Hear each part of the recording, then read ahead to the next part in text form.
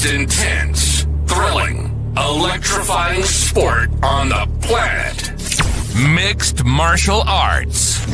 You've been looking for the definitive podcast to call your new home to hear everything about it. The search is over. This is the MMAnomaly Show. No filter.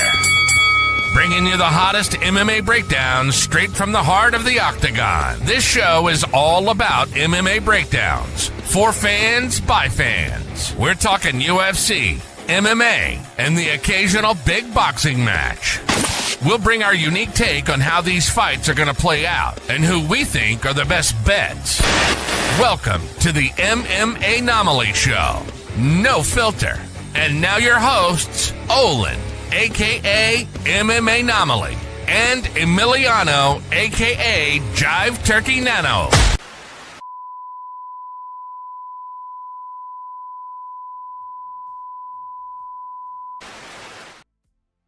What is up, fight fans? Welcome back to another episode of the MMAnomaly Show. No filter. I'm your host, Olin, a.k.a. MMAnomaly, and not with me as usual. You don't see Jive Turkey, right? That's why we hit the error message here. We have a guest co-host, a very special guest co-host today. Cam Jackson is in the house. How are we doing, my brother? Doing all right, man. Just want to talk about some of these fights and the madness and some of the bizarre shit that happened last night. But yeah, I'm doing all right. A lot of bizarre stuff. Sunday. A lot of bizarre things to talk about. It was a fun night of fights, but it was a very interesting night of fights, right? Yeah, it was kind of up and down. I think overall, I couldn't say I was like totally bored. There were a lot of like banger fights, and then there was a couple. There was one in particular that I told Lee, I was like, turn it off, just put on the hockey game, and then we came back. You already know what I'm talking about.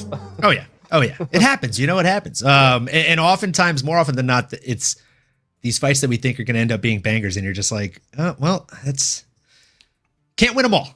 Can't win them all, right? Speaking of can't win them all, what's up, Rob Rex? Hope you're having a great day. Looks like you've seen better Sundays. Hurt, brother. Called 7 out of 8 legs right, including Alonzo, plus 550. Buckley sold me. Oh, no. Oh. 50 into 700. Oh, man. Man, that's tough. That's tough, Rob. If it makes you feel better, I am up units this week on my bets on the Underdogs app, but I would have won like 4 other parlays if Buckley would have just got it done. So yeah, it's tough. It's tough out here. What's up, Ramblin' Dad? How we doing, McDane? Happy Father's Day, my guy. Hope you're having a fantastic day with the family, and happy you're able to make it to the live stream, my guy. Make sure you guys smash the likes if you haven't already done it. Subscribe, smash that bell for notifications, and let's go ahead and jump into these fights. So the first preliminary fight of the night was Jamie Lynn Horth versus Vanessa Demopoulos. I know we usually see Vanessa Demopoulos, little monster demo, in the strawweight division. This time she made the move up to flyweight on short notice against Jamie Lynn Horth. A very game Jamie Lynn Horth. She outlanded her opponent, Vanessa Demopoulos, over 2-1. It was 115 to 44 in total strikes, 101 to 36 in significant strikes. She made Vanessa go 0 for 5 on takedown attempts and landed 2 of her own out of 3 at a 66.6% clip. I mean, not much to talk about, I'll be honest. I didn't really learn a ton other than Vanessa Demopoulos. As much as I'm a fan of her, I've met her in person a couple times. Greatest energy of any human being I think I've ever met in my entire life. Like, if I could bottle it up and just keep it for a rainy day, I would happily do that. But man, she should definitely stick to strawweight because she looked undersized and underpowered in there against Jamie Lynn Horth. And the reach was just disgusting, right? Like, what were your thoughts on this fight? What did you learn, if anything? I didn't see the whole fight, but what I saw on the back end was she looked way too small. It was like, yeah. And then also when you're fighting an opponent that's just as lanky as Jamie Lynn Horth, it's like, yeah, it's essentially like whenever somebody from like a flyweight moves up and fights like a lanky lightweight or bantamweight or something like that, like they're just gonna get killed. I would say, yeah, she just looked way undersized, too short. Yeah, that was a tough fight. As far as for playing matchmaker for Jamie Lynn Horth, I don't care to do that right now. She's still fairly early in her career. She's still very fresh in the UFC, in my opinion, and very fresh in her pro career. She has 10 professional fights as of yesterday. She's 8-2. She does look good, but I wonder how good she would look against a top 15 opposition in there. The fight that I'm more excited to talk about is one that I actually predicted, right? This welterweight bout between Phil Rowe, the Fresh Prince, Phil, coming in against Angelusa. Holy smokes. Man, I texted you right after the fight, and I'll say the analogy here. Like, it is the tale of the Hemi versus the Prius, right? Or the hybrid. And this is a world race, bro. This is not a quarter mile. One is going to start really strong. A lot of torque, a lot of sounds nice, right? Looks nice, makes you feel real masculine. But that's going to run out of gas. You're going to have to stop multiple times for gas along that trip. And this is a marathon, bro. It's not a sprint. And that is exactly what was proven. That first round, Phil dropped it. Like, we can all call a spade here. He dropped the first round. But he picked it up in a big, big way in the second and third round. You could tell that he was utilizing his reach and range. And that's one of the things that I thought he should be able to utilize. I think it was like a 7-inch difference or something crazy like that. Like, it was a wild difference. And shout out Rambling Dad. Me and him had the same pick on this one. Dog of the week, baby! Let's go! Dude, love that. Love hitting the dog of the week. Cam, were you shocked by the outcome here? No, not at all. And it's essentially like Phil Rowe, you saw in the first round, he just played it super defensive. You could almost tell he wasn't going to fight those takedowns too hard. I think he knew. He's like, Anj can probably get me down to the ground, but if I stay defensive and don't let him ground and pound and just use my length to, break his posture, keep him down, he can get out of there. And then he was also dropping some elbows to not, to be a little offensive from the bottom to keep Lusa thinking about something, So it's hard for a guy to open up when you're getting elbowed in the top of the head too. So it break the posture, hold him there, and then in the second round, he just started had spent a lot in that first round, and he just started to slowly systematically break him down with just length, reach, getting him up against the cage, making him uncomfortable. And that's the thing is those Hemis, like the tanks, when they can't rush forward and they're on the back foot, it's a bad night when you got a lanky guy tracking you down against the cage. It's gonna be a real bad night, and that's exactly what he experienced. One of the more brutal finishes I've seen in recent memory, just as far as violence. You don't see many people get their head palmed against the cage with 10 to 15 unanswered uppercuts. With no mouthpiece. Yeah. Ugh. And you saw him open his mouth to breathe at one point when he was eating those shots unanswered, and the blood just coming down his teeth. Gnarly stuff, bro. Gnarly stuff. If I ever get an eviction notice, it will probably be from yesterday. From violently yelling, jab, jab, jab, uppercut, uppercut. Literally, I yelled uppercut probably 12 times, and then he hit the uppercut that knocked the mouthpiece out, and I was like, did you see it? That was the uppercut. That's the one I was going for. There's not a better feeling than when you say something and it happens in the fight. And it hits. And it literally has ramifications for hitting. It was so good, dude. The jabs in the second round, I was screaming. McDane was screaming the same shit. And then the uppercut in that final round, dude, because the jabs kept coming in, and every time he'd throw a jab, he'd hook around, right? Or he would just go a quick 1-2. So Anji was doing this. He was doing the right thing, right? He was covering up. I call it a visor guard, right? So you're doing a visor with your hands is what my first coach taught me. And he's essentially doing this, which is great for blocking hooks and jabs. But an uppercut is just going to slide right up the center line. And with all due respect, Luce is a great fighter. This is no disrespect to him at all. I think he's fantastic. He's strong. Dude's built like a fucking ox, right? Yeah. I wish I was built like that guy. But he doesn't move his head off the center line at all when he's striking. Yeah. His head just stays right there. He's got great guard. If he could learn how to move his head a little bit. Yeah. Oh, he'd have chef's kiss fucking movement. A little bit of, he doesn't even need the boxing of Tyson, but some of the movement and just the footwork will help him out to get his head movement out. It'll help him set up takedowns, get better angles on people. But yeah, it's going to be a nightmare when you're fighting a well-rounded guy like Phil Rowe that's going to have a pretty decent arsenal of different strikes to hit you with. And it's also any of those people that have decent boxing, once they get you to do that visor guard, they're setting you up to, you'll see it with Topuria. Eventually he's going to fire an uppercut or something, and JDM does it too. They'll fire an uppercut, and then once you're like, oh shit, I got hit with an uppercut, that's when they start hitting you with everything else, because they're throwing 3 or 4 punch combos. So, yeah, it was a beautiful setup. Back when I would spar heavily, the second someone would do that visor guard, I would just start unloading on the body. I'd hit him with like a 3 or 4 piece to the body. Elbows would tuck, and then you just do, boom! You come around the top, and it's just bad news bears. The lights go out in Georgia, bro. So yeah, somebody like Phil Rowe that actually does know how to do things like this as well. And he's not a small guy for the welterweight division. Dude is tall, he's long, he's strong. As Sir Mix-a-Lot once said wisely, he's down to get the friction on. Like, dude is a fucking baller. I'm a big fan of Phil. He's one of those dudes, he's underrated. He almost gives me like Jalen Turner vibes in the sense that you're like, he's so talented and has it. And then there's just moments where if he makes mistakes where you see he'll get overwhelmed in a couple fights and just like just lose a decision but I think if he, depending on who he matches up with next, like the dude has the skills to get up into the rankings for sure. He 100% has the skills to get up in the rankings. And what's up, dog? What's up, Western Mass Climber? Hope you're having a great Sunday, my guy. Hope you enjoyed those fights. It was nice chatting with you while the fights were going on IG. Appreciate the conversation, my guy. Man, now what should be next for Phil Rowe?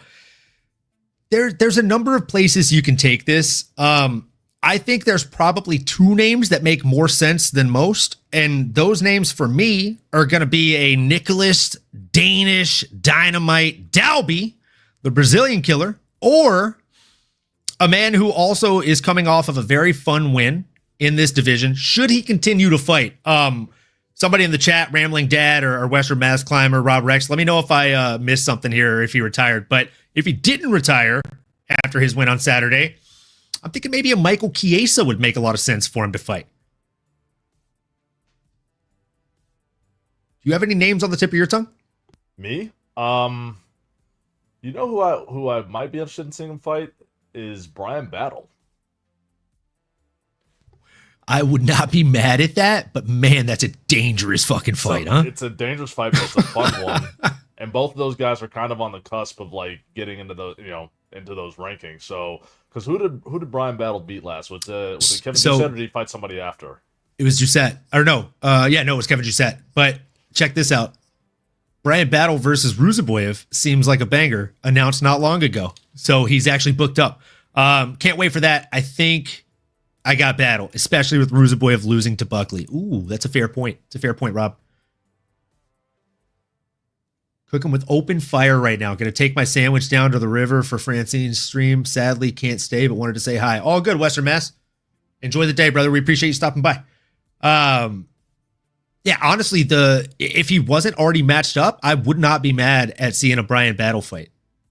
Yeah, I think I did like your Nicholas Dalby pairing. That's a good one. So if they were to both win their fights, I think that would be a good follow-up after that. So we'll see.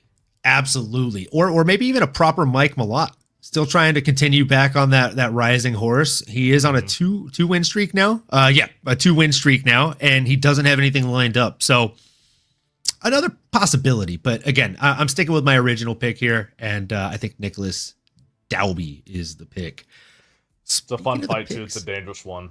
Oh, that's a fun fight. And I'll tell you what, I think I'd pick Phil Rowe in that fight as much as I like Dalby, just because Phil Rowe is not Brazilian, and Dalby typically performs very well against Brazilians. He's at a deficit, bro. So, and also the reach. The reach, I think, would be funky as hell. Speaking of a fight that was funky as hell, now, I spoke about this last week on the show, and I don't think anybody disagreed with me. But, dude, Underdogs Fantasy was giving away money on some of these prop bets. Mm-hmm. They gave me, I think, a plus. I need to pull it up. I think it was a plus 12.5 strike differential on this one, which is fucking asinine if you ask me.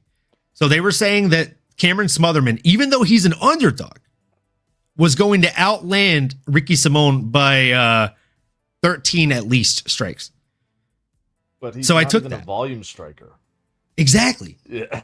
I I was very confused by that. He got outlanded by like 5 strikes. So the number shifted in the best way. And I'm like, cool. That's easy money. And outside of that, I took Phil Rowe on significant strikes. So easy 2-leg parlay. I mean, yeah, some of these prop bets this weekend were just music to my ears. And then some of them felt like they should have been easy money, but just were nowhere in sight when the fight started. So we'll get to that in like 3 fights. But I digress. This bantamweight fight between Ricky Simone and Cameron Smotherman. I'll let you take the lead on this one. Were you shocked at how this played out, or did it go kind of according to plan? It's kind of what I expected. Was Ricky Simone is going to take him down and just he's more well-rounded and probably as athletic. And Sutherman, the problem is he gets I don't want to say, he does get a little flat-footed and he just gets heavy hands, and I get it. But yeah, I think he gets too caught up in getting a nice counter strike or something like that. But also, I think he needs to get out of that game because I think he's too slow to do it. Like, you can get good timing on people sometimes, but a dude like Ricky Simone, who's going to be ducking his head off and always throwing, probably 2 or 3 punches at a time. Essentially, that you can't. It's hard to counter somebody when you're trying to time them on that. Smotherman's one of those guys where, like, he's frustrating to watch sometimes because you're like, dude, you just need to get going and throw some combinations. And he landed a couple things, like as I started to get toward the into the later rounds, like especially the 3rd round, I think he landed a couple like meaningful shots, but like the damage had already been done. Like Ricky Simone had already held him down, beat him up for a little bit, and was outlanding him. So played out almost exactly how I thought it would. Yeah, same. And they also gave me for the Phil Rowe versus Lusa fight, I think it was like a 20 strike differential. They thought Phil Rowe was going to go out there and just get blasted, bro. Yeah. Again, like sometimes I look at these and I'm like, okay, there's no way to make money this week on the app unless I do like a fucking 8-leg parlay. And then other weeks I'm like 2-leg here, 2-leg here, 2-leg here. It's like easy pick'ems with these props. So yeah, like they gave me a 20 strike differential. The difference, or the totals ended up being 109.5 to 65 in the Phil Rowe fight in favor of Phil Rowe. Easy money.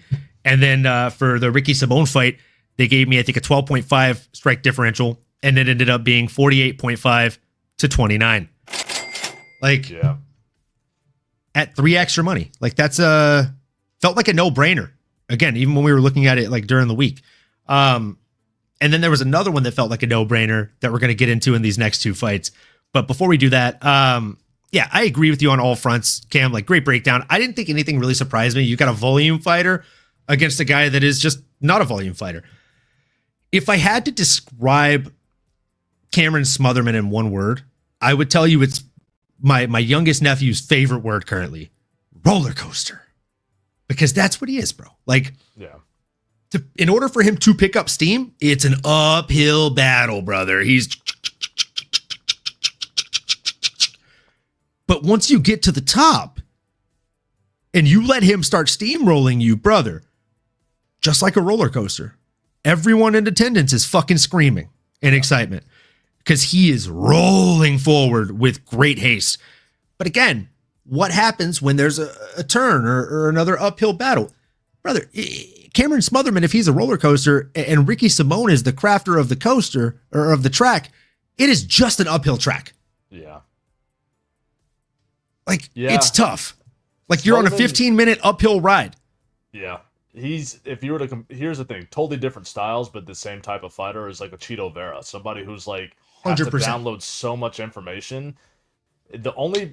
Sometimes that style works for people in particular. He takes the first round off of every fight. Yeah. In particular, works with Piotr Jan sometimes because but the thing is he doesn't wait too long. He knows when to go, and he'll start like probably near the beginning of the second round. He's gonna hit you with something that you're like that's gonna make you respect him immediately.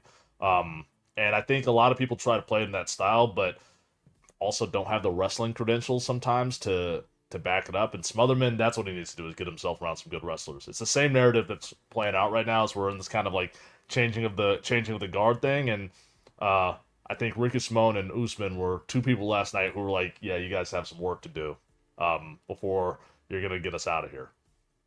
Yeah, it was definitely. It's funny. Like I feel like time and time again, it's a reverse side of the spectrum every other week, right? We'll see the old guard come and show out. Like, no, I'm not dead yet, bro. I'm still here. You thought I couldn't squat? That's okay. I don't need to squat to take you down. I'll just drive through you with a blast double every time. I don't need to squat to do a blast double, right? I'm just literally. I mean, he fucking Bill Goldberged him in that main event a few times. He was literally spearing him essentially. So there like wasn't even a ton of technique. He's just like, all right, cool. Gonna grab the backs of your legs and WWE. Ricky Simone, however, just dominated this man with like not only technique but style points. It felt like. Yeah. At one point, he held him up against the cage and said, "You're under arrest." And Smotherman said, "You're racist." Sometimes I love giving the sound bites from the fights because they're so good.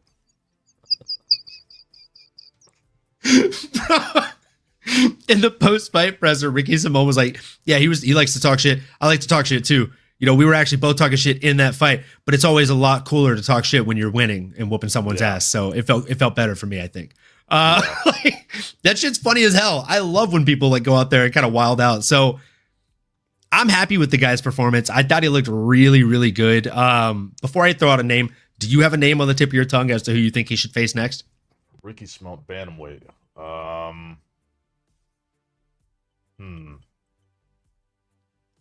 I'm not sure. I don't have anything right off the top of my head. So I think a good test for a young man, and I mean, he'd obviously have to be willing to fight backwards, which I'm not sure he is going to be willing to. I just think it'd be a banger.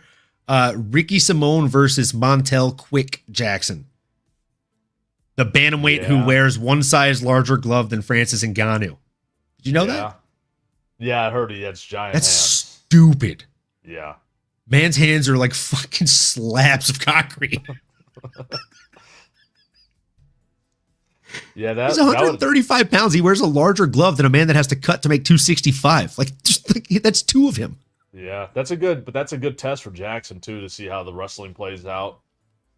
And I think he's somebody who I what did he grapple in his last fight? In his last fight, he had Daniel Marcos. Yeah. Okay. And he definitely got tested.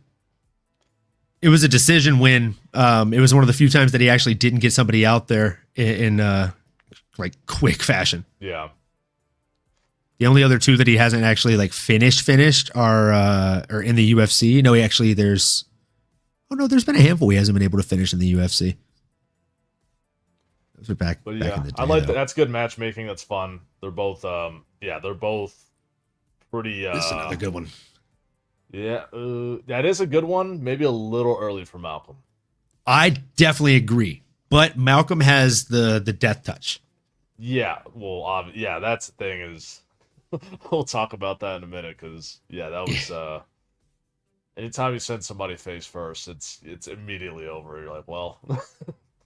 I mean, you also have to talk about the fact that same person was able to absorb over 200 significant strikes from Sean O'Malley and not go down. Yeah. When we did it in like 20 or 25, I think. So like, you barely got that one. We were texting back and forth. God, just by the skin of my teeth on that one, bro. 23.5. And he hit one more. Yeah. Oh man. Speaking of getting by on the skin of their teeth, this next bout was interesting and insane, and it's one of the few times where if you clip or just screenshot an image 10 seconds before the finish and then clip an image of the finish, you wouldn't believe that there was only a 10-second difference between those two images. Yeah. Cody Durden versus Jose Ochoa was a nasty fight. Cody Durden went out there and was getting pieced up from the very beginning. It did not look great for him. But man, this freaking kid, Jose, he's a beast. He looked very strong out there against a wily veteran in custom-made Cody Durden. I'll let you take the lead on this one. What stood out to you the most? I did miss the first round of this one, so I'm gonna have to boot it back to you. But no worries. Just if I have any thoughts on Ochoa, it's just that you got to look at who we lost to last time, and Kavanaugh, who's also a stud, a young guy. He was undefeated before that, so that it's one of those things where when you see two guys who are earlier in their careers lose, you tend the stock of the second guy that loses goes down more than it should sometimes, especially if he was undefeated. And I think he showed last night. He's like, no, I deserve to be here, and I can compete with some of these guys. And based on the little bit that I did see, the speed differential was pronounced. Yeah, the speed differential was wild. Like Cody just seemed so slow out there next to Jose. But I mean, I don't know. I after watching, I went back and rewatched the Ochoa versus Loner Kavanaugh fight, and I thought like Loner is he's a great mixed martial artist, but he's a good grappler, right? Like he's not a great grappler. He's a much better striker than he is grappler. And he was able to get him down fairly easy in some of those takedown exchanges. So I was like, cool. Cody is a fucking grappler. He's a great grappler. I've seen him manhandle stronger dudes. So he's probably going to go out here and just look to grapple. He went 2 for 4 on the takedowns, but he just was not able to hold him down or establish any kind of control when he got him there. So it was tough. And you're expending all of that energy trying to get somebody down to the ground, and then them getting back up like that is just... it's defeating, it's deflating, and it's alarming if you're in there against that person, man. It's tough. So I felt bad for Cody in that fight. And then coming in, like he was able to get on top in that first round, finished the round on top. It was looking much better for him in the last like 30 seconds of the fight or round. And then the first round starts, and it's like Jose was like, okay, cool. He can actually take me down. And there's a chance that if he takes me down, he can actually keep me down. I need to kill him. I need to blitz him. And he just fucking like sprinted forward. Yeah. I literally got up to grab a beer. And I heard, oh, and I'm like, oh no! Fucking sprinting back towards the TV. And it was already over. I had to rewind it. So like he literally blitzed him. It was 11 seconds into the second round. I don't even they didn't even have enough time to announce the round starting, I think. So yeah, it's what's crazy is I think a lot of times you don't see that adjustment with people, but if you're like, I know that I'm faster than this guy, like it's you don't see that adjustment where they're like, okay, this person can get me down, but I know I'm more athletic and faster. I just have to overwhelm them quick. And it's like the classic one is that was Rosenstrike versus Ngannou when he's like, I'm just gonna go no technique because I know for a fact if I touch you, you're going to sleep. So I'm just gonna blitz forward and let my length do the work. And yeah, that's like every now and then there's those fights where someone sees it, you know, and it's a matter of if they capitalize on it or not. But yeah, in this case, Ochoa certainly did. Based on the highlights that I saw, it was a nasty knockout. Yeah, I'd love to hear what the coaches told Ochoa in that corner right before that round started, because you got to think they made a read the same way that Mike Winklejohn did for Rashad Evans when he was going in there against Chuck Liddell.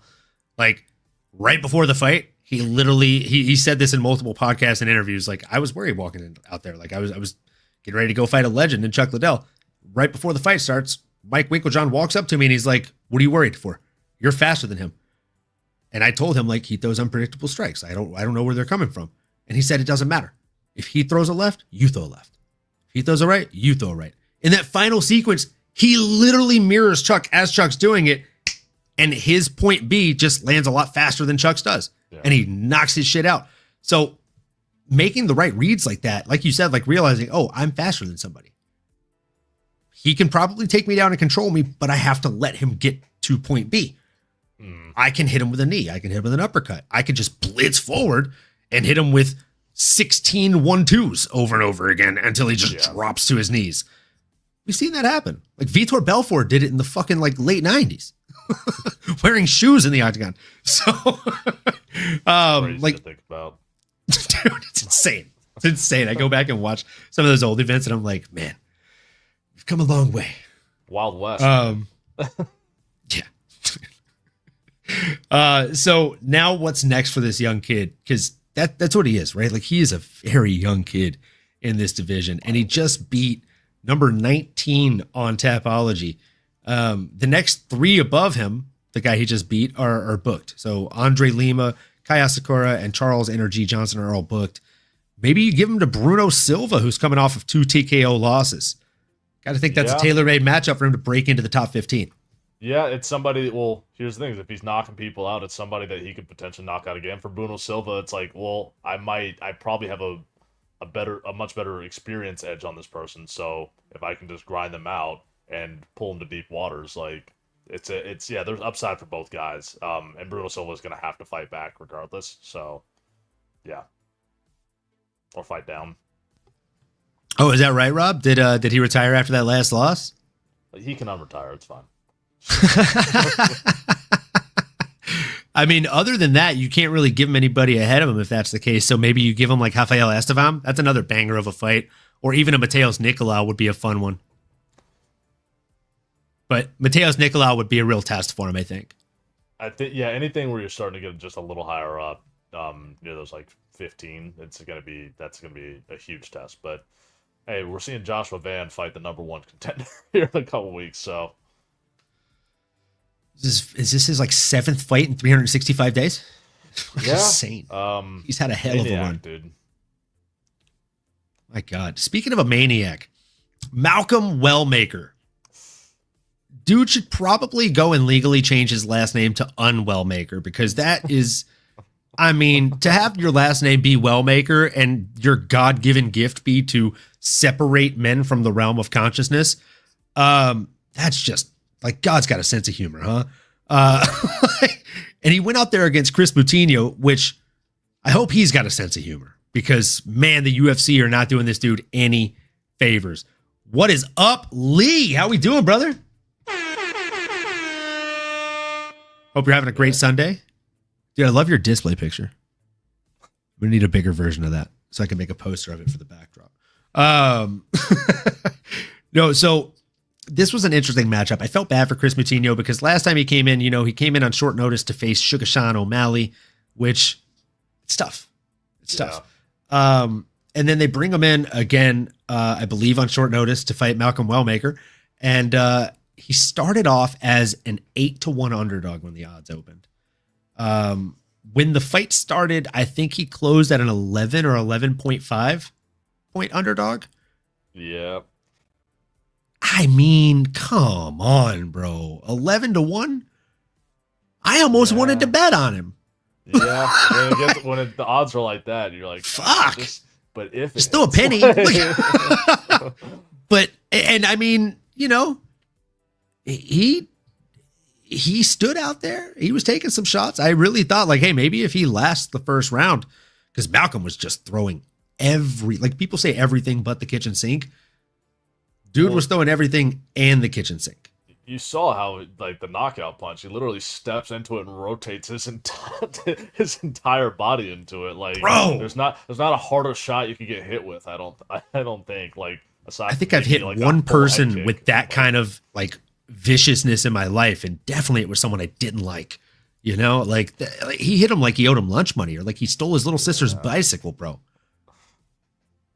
It was tough. It was nasty. Yeah, sending anyone whenever a fighter goes like full face plant, it's face down, ass up is not a good look. And he turned that man into a ludicrous line. I'm glad they immediately stop the fights when that happens, because it's like, yeah, it's a bad look. Houston on Houston crime. That fight got me torn. I love Brandon Royval. I think I'm riding with him. But this is one of those fights I just have to watch. Like when two friends used to fight. Dude, absolutely. Yeah, he's talking about the Van versus Royval fight. That's a fun-ass fight, dude. He got knocked out first round, but he gave him trouble. And Malcolm Wellmaker, for a second, his chin just didn't hold up. His striking was decent. They just pair him with the best strikers, LOL, shake my head. So I agree. There were like two moments where Chris actually clipped Malcolm. When he was circling the cage, he was catching him on the end of a couple things, and I was like, that's something that Malcolm probably needs to be careful of, is to make sure he's tucking his chin and keeping that hand up, or he's gonna get he'll get slapped eventually by somebody. Like, that's a bad habit, right? Like keeping his chin up the way that he does, especially when he gets tagged, and not keeping it tucked, not keeping his hands up where they should be. And also, like, there were 3 times in that fight where he just started haphazardly circling towards the power hand of Chris Moutinho. Like, I don't respect your power at all. I'm sorry. I don't care how strong you are. That's fucking stupid. Don't do that. Like, if I know that a man is ass about that one. I hope so. I hope, because like that was just that's just bad fight IQ. And I get he's a young kid. He's very young, but he's 10-0 now. Like you've now entered the double digits realm of your professional career. And oh, by the way, you're in the upper echelon of the bantamweight division in the UFC now, kid. They're not going to start giving you cans. It's stacked. I mean, like everybody's dangerous in that top 15. It's a hard. It's one of those divisions like how welterweight is now, where you're like, holy shit, like everybody. People are getting too well rounded, and then he's one of those guys. He's super talented, hits hard as fuck. So now it's how do you clean everything up? They're gonna eventually test him with somebody that can wrestle really well and also is just well rounded and see how he performs. That'll be whatever's next matchup is that's what it's gonna be. Yeah. I don't know, man. Do you have a name on the tip of your tongue for him? I have the most random name in the world for him. Man. I don't know if I want to do this to my guy. I don't even know if I want to put this out into the universe. Who are you thinking? I'm thinking Dangerous Davy Grant. I think Davy boxes him up. Yeah, but he's super durable based on anything. Like, there's a few fights where I'm like, oh, Davy Grant's gonna he's getting beat, but then he also is just like durable and can last. So that's what I'm saying. And you put somebody like that against Wellmaker. What happens when you hit me with your best shot 15 times and I'm still in your face? Yeah, I'm still punching you back. And let me tell you, I like Chris Moutinho. I think he's had a tough run. I think he's not been done any favors in the UFC. But I don't think he hits near as hard as Davy Grant. Yeah. And I think if Davy lands any of those strikes that Chris was landing on Malcolm, all I'll say is I hope Wellmaker packs a lunch on that night. I might be getting him confused with somebody else, but doesn't Davy Grant fight really well in the pocket with elbows? Yes. That's something where 100%. It's like once Wellmaker gets clenched and can't, just fire something over the top super easily, like how's he gonna deal with somebody kneeing him and elbowing him in the pocket? David Grant, if I had to describe, he's one of those people that has the sharp edges on him. He's he's just razor bladed, bro. You got to check that guy's elbows. So that's that's actually a good matchup, and it's somebody I think could present some unique problems for Wellmaker to solve. So, and I mean, if you look at his last 5 wins, 4 of them are finishes. Left hook in round 3 over Martin Day. Round 2 overhand left over Jonathan the Dragon Martinez. Round 3 ground and pound over Luis Smolka. I think he retired Luis after that. Inverted triangle choke over Rafael Assunção, and then got a decision win over Ramon Tavares recently. I don't know, man. I think that fight's got fireworks written all over it. Yeah, that's I'm trying to look at the bantamweights right now to see who else he could potentially fight. Wellmaker. I have to look at also who's been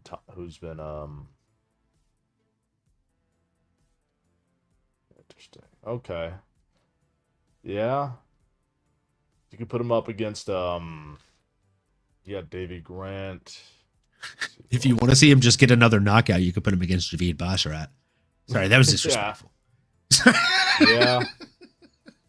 Yeah, because I don't know if he could fight I mean, it's not doing favors for Cody, but you could put him against Cody. Oh. Cody just coming off a loss. That's tough. Still skilled. But, yeah, I think Cody might get knocked out in that. He's definitely definitely would get knocked out in that. That's a tough one. But Victor Henry's a fun look if you want to see him get tested against a grappler. Yeah. I feel like they might want to pair him with bigger names, though, because of what he's doing. So that's the only reason why I'm like, Cody coming off a loss, it's a way for Cody to prove that he can still... It's one of those fights. Like we said, they're going to be like, are you going to hold him back? Or are you going to... Yeah. Yeah, and Cody didn't look horrible. He looked definitely slower than usual yesterday, but... He just looked like he was thinking too much. Yeah. Like he was thinking, and he usually does. He usually just responds. Adrian Yanez would be another fun one, too. Yeah. Yeah. Yanez is one of those. They both hit hard, so that could be interesting. Yeah.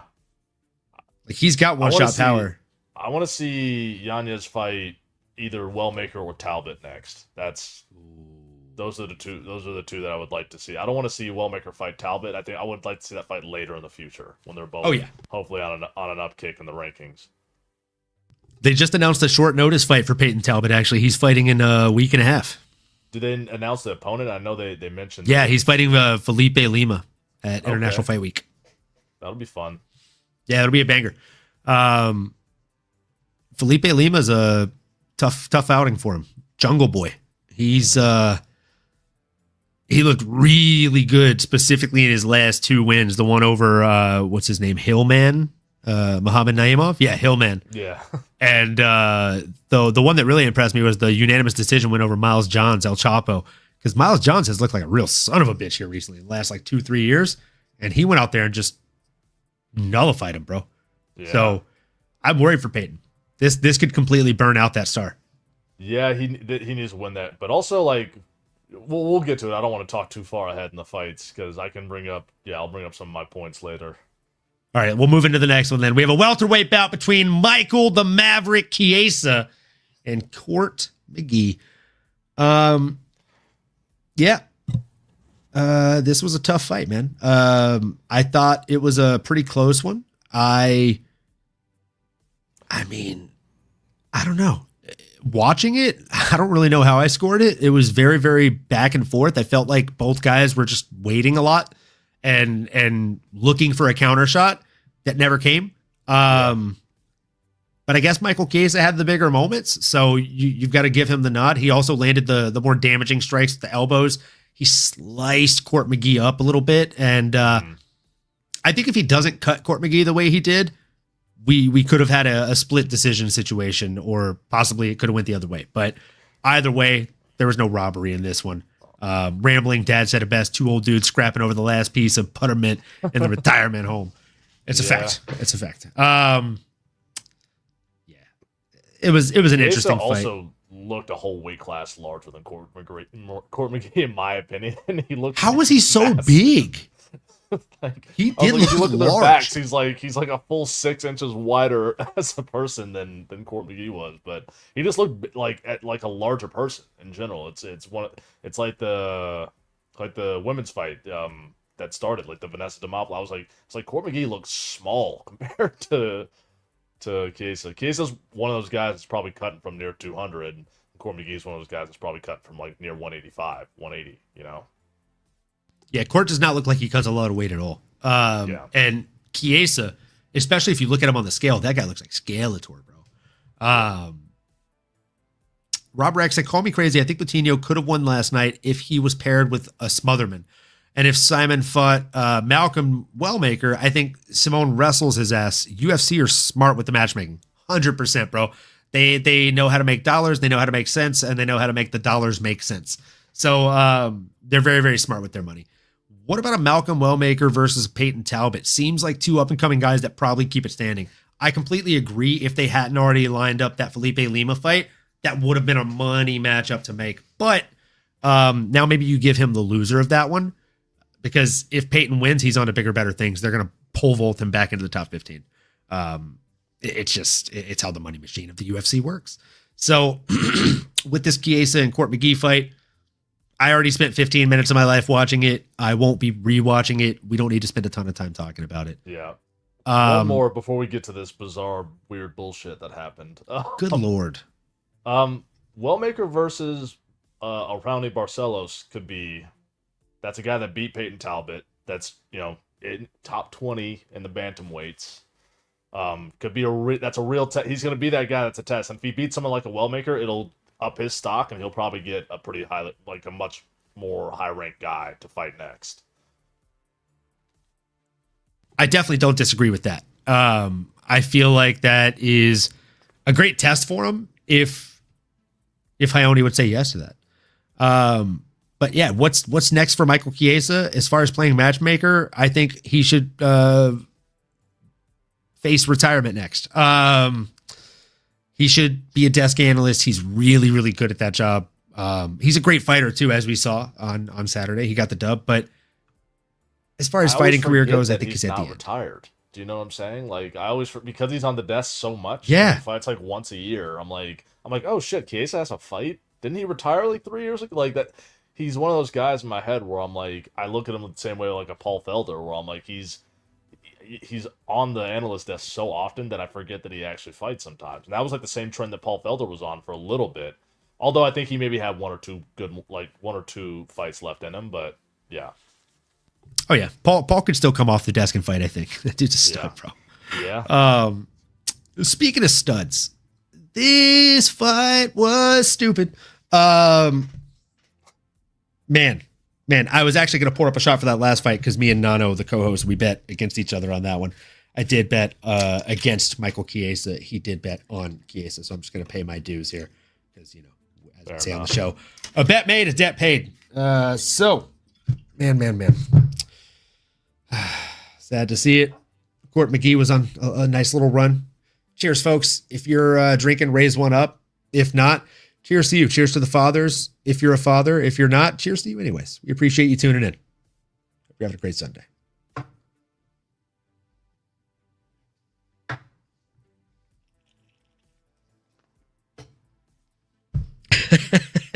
Rambling Dad. Big Dane, that's funny as hell.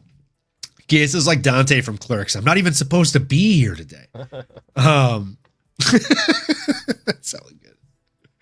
Oh, so Cam, I'm gonna let you take the lead on this one. Like, what the fuck happened in this fight? And also, what the fuck? There are people saying, like, why would he fake it? Why would he fake it? He was in a fight that he was clearly winning. What the fuck fight were you watching? Oh, yeah, he wasn't winning. He was down 3-1. Yeah, he looked hesitant to me.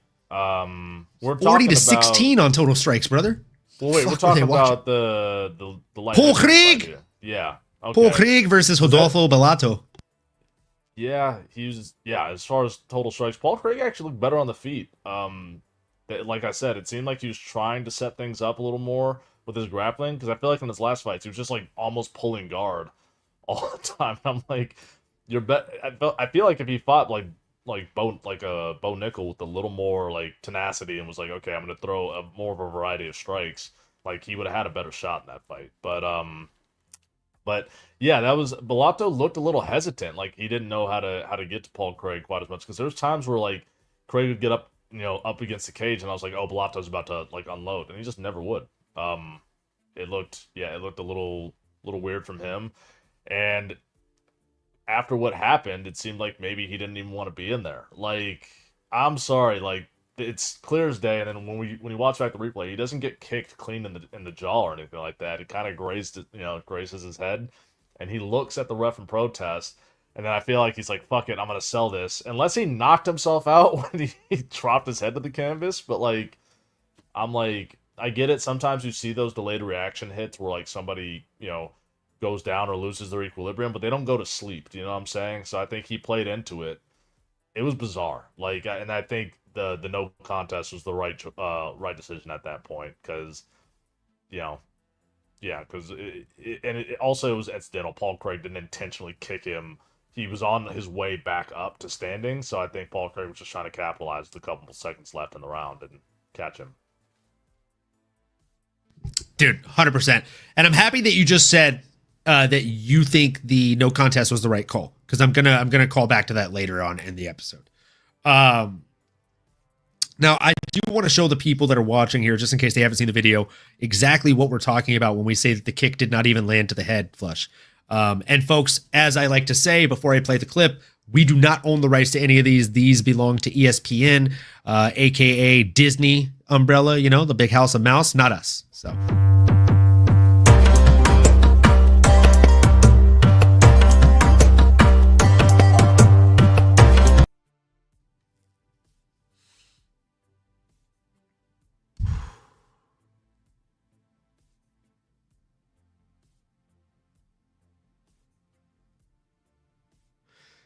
So again, folks, come on. I'll play it one more time for you here.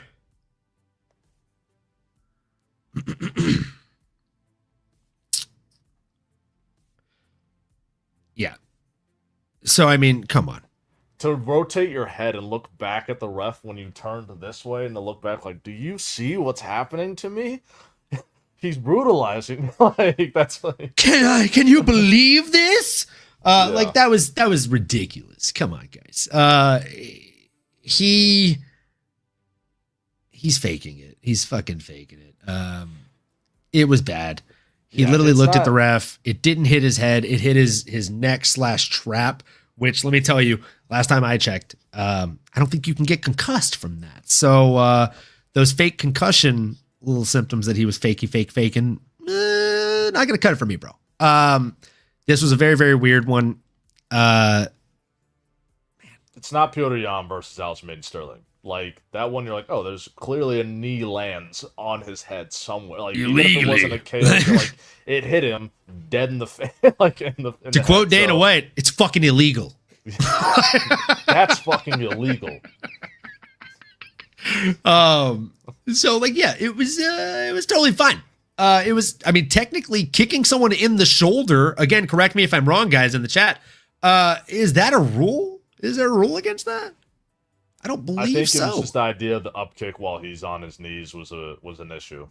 I'm all for up kicks too, bro. So yeah.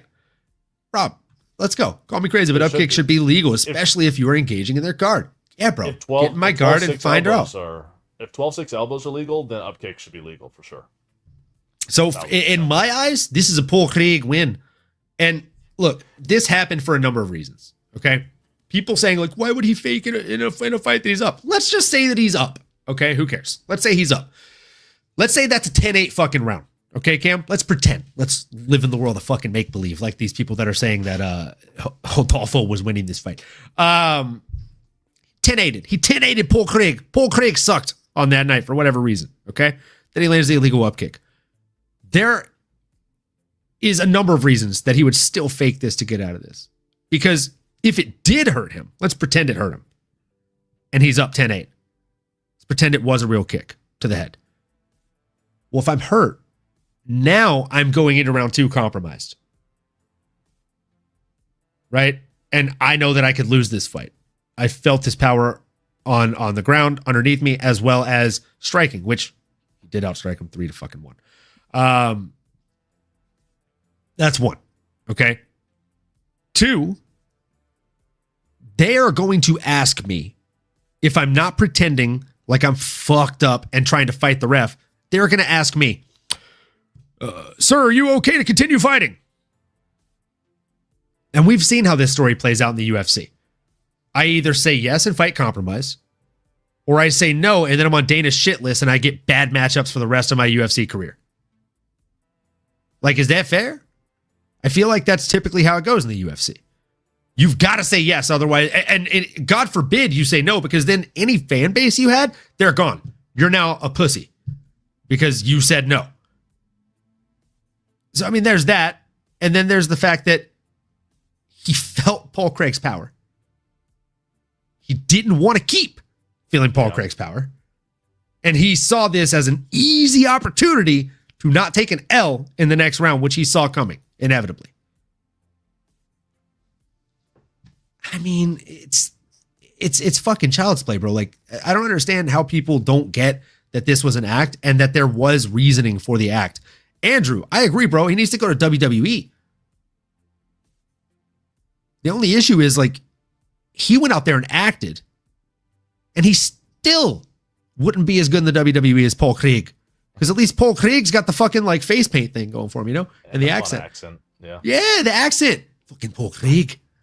I mean, and his first match in the WWE could be him versus the Venom shirt that he couldn't rip at the weigh-ins. I'm sorry. I couldn't help myself.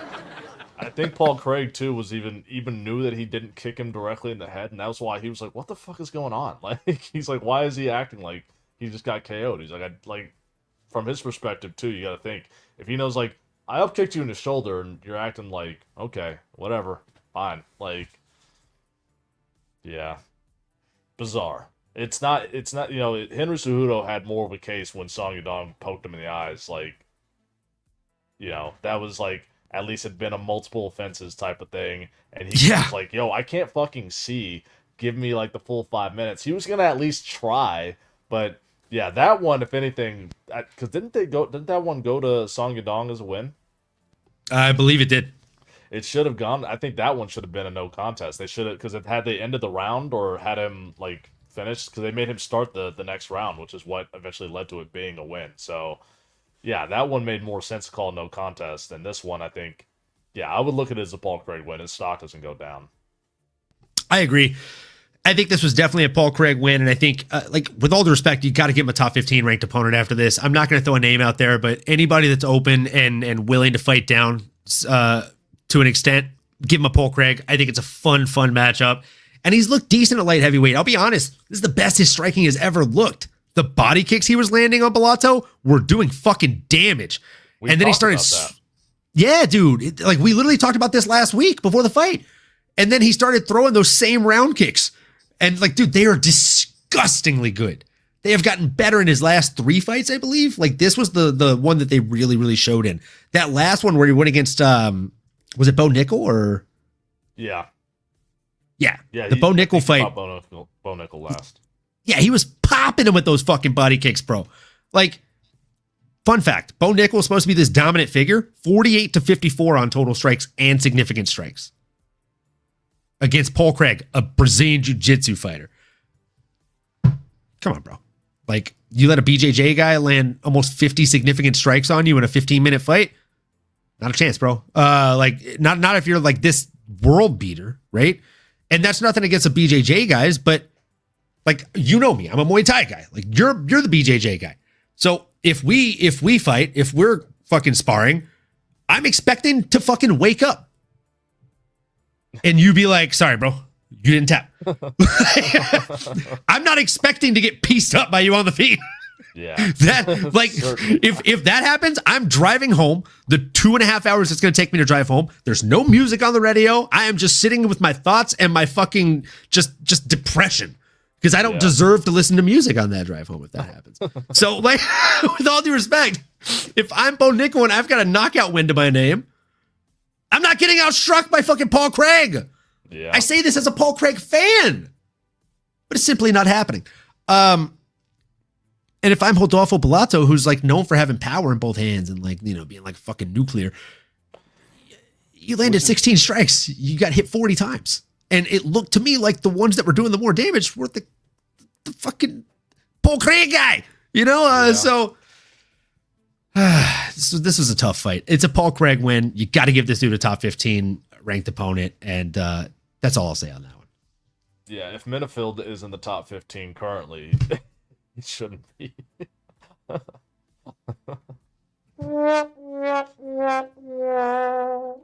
Man, truer words have never been said. Speaking of Alonzo Menifield, how the fuck did he win this fight? I don't understand this. Okay, let's jump into the main event or the main card here, guys. We had a light heavyweight bout between Alonzo Atomic Menifield. I just called the previous guy Nuclear. How funny. Nuclear and Atomic, just in the same boat. Coming in against Umar Sy. And man, the judges' scorecards made me do exactly what that man's last name is. It just made me sigh. And it wasn't a good one. It wasn't a sigh of relief. It wasn't a sigh of happiness. It was a sigh of just, like, what the fuck was that? Like, yeah, come on, bro. 34-29 in terms of significant strikes. You had one guy that actually did land a takedown, that actually did attempt a takedown, versus a guy that didn't. Alonzo Menifield looked like he was eating the damage more. Like, I think Umar may have bled more, but this should not be a litmus test for who won the fight. Can you please help me understand? Like, am I fucking stupid here? Like, no. It didn't make sense to me. I was like, when I saw, I was like, oh, because we didn't talk about this one via text, and I literally, like, me and Mary had like a 20-minute discussion, and I'm just like, am I crazy? I don't understand. It was also just like not a good fight. It wasn't a great fight. Like, I wouldn't want to be in the judges' seats, but at the same time, like, I would still try and do a competent job. Yeah, well, no, that was the thing. Is that I thought Sy had won when I turned off the third round to watch the hockey game for a brief bit. Like, let me tell you, I hope you enjoyed the hockey game, A, and B, it was more of the same. So the score should have stayed the same. Yeah, it didn't make sense. Didn't make sense. Also, Menifield has been grossly underwhelming every time I feel like I've seen him for the past. Yeah, Menifield is always give Paul Craig very Menifield underwhelming next. he looks like a comic book character for sure. It's the haircut. And I did cash on a 2-leg parlay again. Underdogs was giving out money. Yeah. This weekend, guys. I actually need to look at the odds for this weekend, so I can start setting those up. But I digress. I hope they're giving it away again, because Michael Chiesa lower than 2.5 takedowns on Court McGee, who has significantly good takedown defense, felt like easy money. He got 0 takedowns, by the way, folks. So that hit. Alonzo Menafield, he's not super active. He's not a high volume fighter, but 25 significant strikes. Like, he does that every fight. So I took the over 24.5. That was easy money. It was almost a 3x multiplier. It was, what was the payout details? It was 2.67x multiplier on that one. So easy money. You turn 1 unit into almost 3. Again, one of the easier ones. And I will tell you, I'm so annoyed with that last fight. I'm so annoyed with the Rodolfo Bellato one, because I had 2 parlays on this one. This is one I hedged, if you were paying attention last week, right? So we did Malcolm Wellmaker to land over 23.5 significant strikes. He hit 25. Thanks, folks. It hit. And then the hedgeroni here was Rodolfo Bellato fight to go over 7.5 minutes. Come on, that would have happened. If he continues in the second round, that happens. Or I should say, a separate parlay, Malcolm Wellmaker to get that 23.5 over, and Paul Krieg to win inside the distance. And that one was like was it like a 63x multiplier? It was something stupid. Oof. It was, let's see here. It refunded me, so it won't even show me the payout details. Let's see. I can do the math. But either way, it was, it would have over 10x the money. I think it was like actually a 12x multiplier. But either way, fucking fire is what it would have been. Luckily for underdogs, even they saw that was some bullshit, so they refunded me for both of those parlays. Not mad at it. It's the reason we're up units this week, probably. So with that being said, man, I mean, in this Alonzo Menafield fight, I'm not playing matchmaker because I don't even think he won the fight. I think Sai is the better fighter. I thought he won the fight. I don't know what the fuck the judges were watching, but like you said, it was an uneventful fight. It was a slow fight, so we won't bag on him too much. You match Sai up with someone like a Navajo Sterling next. That could be fun. That's a fun matchup.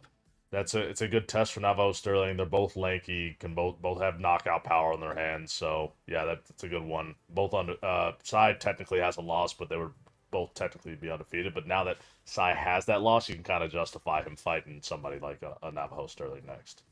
I love it. Rob Rex said, my dog of the week. I saw you comment this on Crossover Stream. I felt like Alonzo won off pressure. Sai did nothing 1 and 3. And in the second, he just pushed against the cage.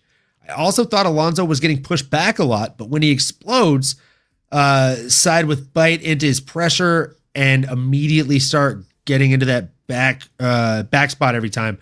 Sai just needs to stop reacting to every punch so much and biting on so many feints.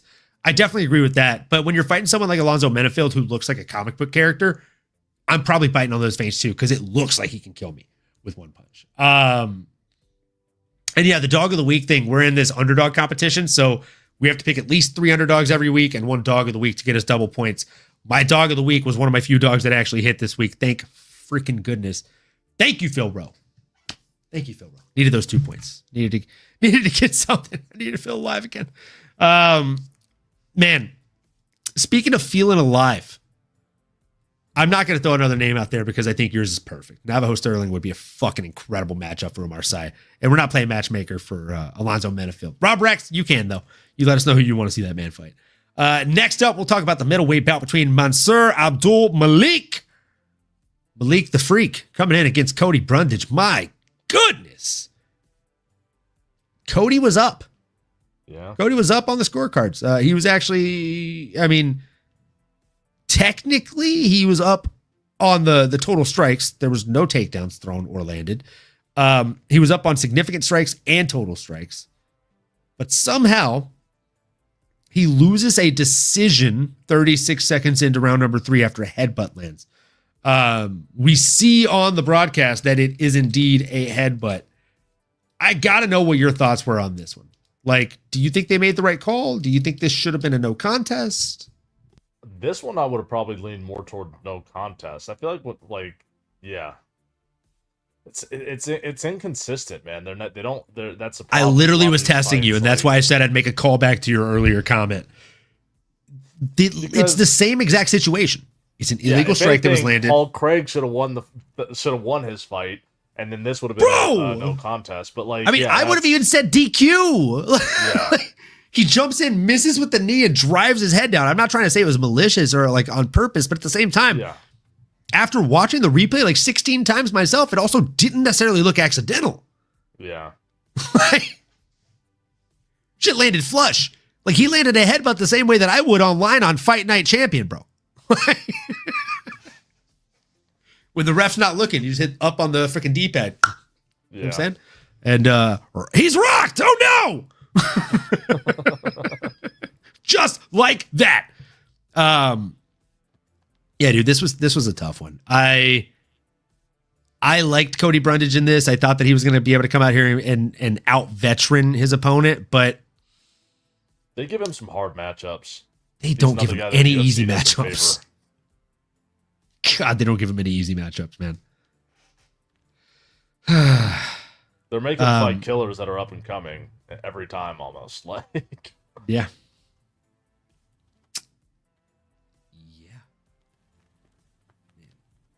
Man.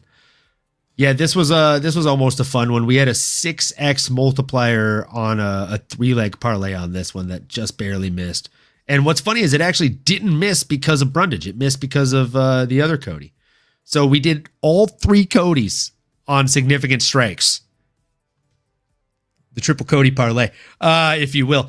And Cody Durden shit the money bet here. So they gave us a decent strike differential, but he still fucked it up bad. I think they gave us a 15 strike differential on him, and the totals on underdogs ended up being 14.5 to 30. Still, that's tough. Cody Brundage, 43.5 to 25 with the buffer they gave us, and Cody Garbrandt over Ione was 43.5 to 37. So, I mean, I should have done a Cody squared, instead. Maybe next time. I digress. I won't be betting on Cody Durden again. But still, either way, this one was a fun fight up until it wasn't. I mean, like, what's next for Mansour Abdul-Malik? You got to reschedule this. Yeah, especially if it's competitive. That's like, if it's a competitive fight and in that fashion, you reschedule it. I put them back in there against each other. I thought Cody was winning. You're more likely to see a finish always whenever they reschedule. It seems like I think 7 out of 10 times that's the case. Prove. Yeah, both of them have a point to prove and to say they were winning or losing or what. Yeah, it's I think you reschedule it. It doesn't hurt either of those. It's just one of those ones. Whenever it has the bizarre endings, I would not reschedule the Paul Craig one because homie acted. I mean, homie acted hard. Yeah, you don't want to schedule that one. And also, like, Paul Craig is someone that we've both talked about. His stock should go up from this. It definitely shouldn't go down from this. And then across from him, the man we're talking about here, he's someone whose stock should, I mean, I like to make this joke often, like, I wasn't overwhelmed or underwhelmed. I was just whelmed, right? Like, yeah, his fans should be whelmed, right? Because, like, he didn't do anything super crazy. He went out there and got outstruck by Cody Brundage. Like, let's wholeheartedly call a spade here, because it is the no filter show, right? But it'd be one thing if it was like a 2-1 differential and he was killing Cody, but he was 10 down, or 5 down. Sorry, I don't want to report fake news here. So yes, sorry. He was 5 down. It's all fake news. But anyways, you got to just reschedule this one. One that I don't want to see rescheduled though is Cody Garbrandt. Cody No Love Garbrandt, or as we will start calling him here on the show, Cody Garbraids. Okay. The braids were nice. Cody Garbraids was out there stunting on him. Coming in against Ione Barcelos. I hated this fight. I hated this fight so much as a Cody fan. Yeah, he just couldn't get anything off. It was just tough to see, man. Ioni's showing that he's good at neutralizing what people are good at, though. Ioni's good at pretty much everything. Yeah. He's good at making people that you like look bad. Yeah. I think that's it. Like, if he was a super villain, that'd be his power. Just making you look Bilal bad. Muhammad in a way. There's a comparison of guys that people don't necessarily love, but he's good at making some of your favorite fighters look not great. It's like, hey, you know this guy that comes out here and just kills everybody he fights? I'm going to make him look superhuman in the most boring way. Yeah. No, I hate the boring rep for Bilal. I feel like Bilal gets a bad rep for that, and he's not a boring fighter. But especially after the Sean Brady fight back in the day, that was like, where I was like, oh, that's the one where he showed, and then nobody gave him any love. You know, that's the one time I've ever bet Bilal inside the distance. Oh, yeah? And it hit. Yeah. I don't know what the fuck. I literally told Nano, I was like, dude, I had a dream. And he's like, yeah. I was like, yeah, that Bilal got to finish. And he's like, no. I was like, no, we should bet it. And then we did. Smart. He texted me, he's like, oh my God. It's fucking insane. Because like it's two grapplers. It's gonna become a kickboxing match, and Bilal's very strong. Like he's deceptively strong. So yeah, man. I don't have much to say about this fight, if we're being quite honest. Yeah, no. This was just a tough fight. The coolest moment of the fight was definitely the little like freeze frame that Cody did. It felt very Dominic Cruz versus Cody Garbrandt for like a half a second. I mean, the aura was so strong he made the cameraman shake, which was interesting. Other than that, it was just it was a very, very tough fight to watch, man. 420 blaze up. What up, Andrew? Saw that. Rob Rex said 320 here, but 420 always hitting the bong, baby. Let's go. It's 120 here, but you know, we've got the smoke in the other room. We'll hit that. Don't want to set off the smoke detector while we're live. Yeah, I mean, what's next for Raoni Barcelos? I don't know, dude. Like you said earlier, you 20 on Tapology. Yeah. Maybe. Let me look at some names. Hold on. So, it's tough. Tapology's. I mean, bantamweight is stacked. Yeah, there's a lot. There's just a lot of competition there. It's like, do you want him to dethrone another star? Put him against Montel Jackson. Yeah. Yeah. if that's his new purpose, I think that's the next guy. Or do you? Oh no, that's a hard fight for him. I mean, is Jonathan Martinez booked? He's not. I don't think. If you're trying to give him a fight to fight up in the rankings, you give him somebody like a Jonathan Martinez. Maybe that's probably who Ricky Simone might fight again. Who he might fight next. Yeah, Martinez is coming off 2 losses and he's not currently scheduled. Yeah, I think you're going to see Ricky Simone if Jonathan Martinez or Kyler Phillips aren't booked. That's who you'll see Ricky Simone probably fight next. But a Montel Jackson's going. It's one of those three that 14 to 17 range. I feel, or 14 to 16 range. I think you'll see Ricky Simone fight. And you could potentially, if they want to give Barcelos like a chance to fight one of those guys, they might throw him there. But yeah, because I'm trying to think who else is super exciting coming up besides Montel Jackson. But he's already ranked above him. Yeah, he's already ranked above him, which makes it tough because again, like, does he want to take that step back? Montel Jackson won't. And the UFC, I feel like, won't want to do that either. Maybe Damon Blackshear? That could be. Yeah, that's actually a good fight. Little grappler versus grappler action there. Yeah, it's competitive grappling. You can see some fun scrambles.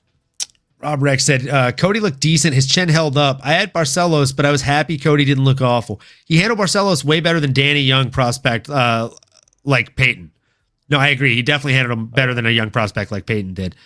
Bilal's the man, bro. I got like 5 Instagram likes per post, and Bilal has always randomly liked some of my training posts and great exchanges. Yeah, dude. He follows me on Twitter. Bilal's the man. We've had a couple of exchanges on Instagram and Twitter as well. He's just a nice guy. I'll always be a Bilal fan. I'll never understand the hate. It always feels forced to me. But fuck Brian Ortega. He did me wrong. I mean, yeah, fuck Brian Ortega always. Yanez versus Barcelos versus Davey Grant. Shit, even Yanez versus Malcolm would be great. Yeah. Rob Rex. Whatever you are drinking and or smoking, pass it over because I'm enjoying it. I want to see thoroughly. Wellmaker versus Yanez after you mentioned that. That's a fun I think fight. that's a fun fight, dude. It's a great fight for both of them. If either of them get a finish in that fight, it's their stocks shoot up. I was gonna say it's a stock builder. They get back into like the contention of fighting in the top 15, top 20 guys. Yeah, it's a stock builder. It's a stock builder. As we do on the show, folks, I do have a shot poured up for the Cody Garbrandt one that we got wrong. My goodness. We're gonna have to make Nano pay back these shots since he's MIA today. With that being said, folks, we're not going to keep it long, so just keep it short and sweet. Cheers to you, to us, to all the fuss, the muss, and the next 3 fights we're going to discuss. That was a nice little rhyme. That was fun. So, jumping into the middleweight division here, Cam. Edmund Shabazian, the golden boy, as some call him, coming in against Andre Petroski. Can I tell you, I have one weird rule of thumb, probably a contributing factor to me losing money, if I'm being honest with you. Where I don't bet against fighters that I've met. I broke that rule for the first time on Saturday. Every one of my bets that had anyone from this fight, I was betting against Andre Petroski, and I have met him. I just like Shabazian, man. I think he's strong. I think he's people say that he's like fallen away from the Golden Boy title. He's fallen from grace, and he's had like kind of an up and down struggle. I disagree. He was just young, man. He's a young man that came into the UFC at a very early age. And it's hard competition. The dudes they're putting up against are not because he fights. trained with Ronda Rousey. They're like, let's put him in the top 10 right away. Yeah. Like, no, dude. Like, you can't pair someone that's fresh, like literally fresh to the sport of MMA professionally against someone that just left the top 15 rankings. And they're like, he'll be fine. Yeah, like, it's just not fair to him. They didn't do him any favors. But in this one, I feel like, look, Edmund Shabazian's 27 years old. Yeah.